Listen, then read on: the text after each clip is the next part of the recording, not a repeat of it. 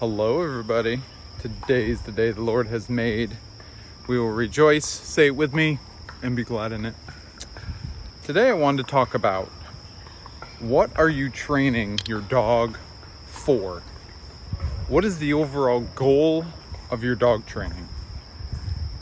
I think it's important to ask that question because a lot of people go into dog training just learning commands without really knowing the purpose behind those commands. So take, for example, why do we teach our dog to sit? What is the purpose of that command?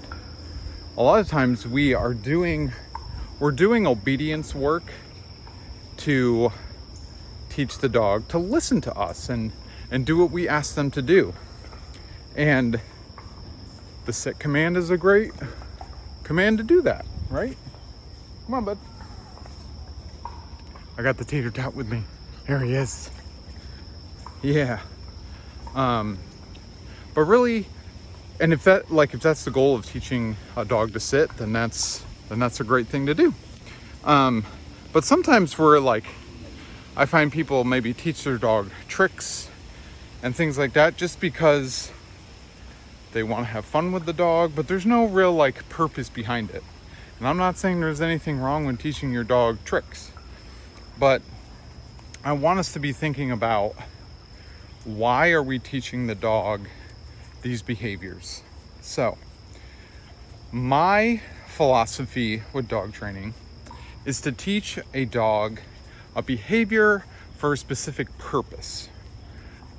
For example, I want to teach a dog to lay down and stay in that position because when I take the dog out in public, I go to a coffee shop, I'm out on the street walking, and I run into a friend of mine and I want to talk to that person. I want my dog in a position that's comfortable, that they can hold for an extended period of time, and they're also not being a nuisance to the person I'm talking to. Or my coffee shop example, I'm at the coffee shop, I want to sit and sip my coffee and relax and not worry about what my dog is doing. It's really great to be able to tell my dog down and stay there until I let you free. And it gives the dog something to do. They know what their job is in that moment, and it makes my life less stressful.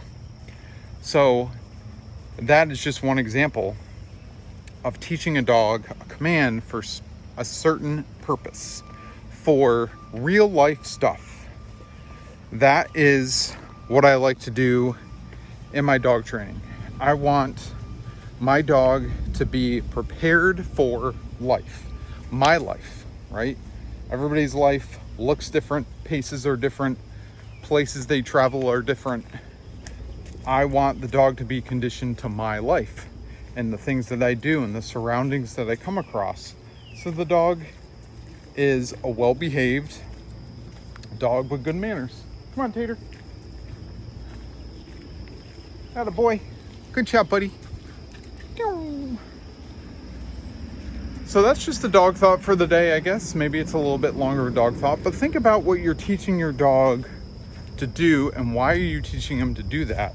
And then if you're like, never thought about it that way, maybe I need to make some tweaks. Make your tweaks. Be patient.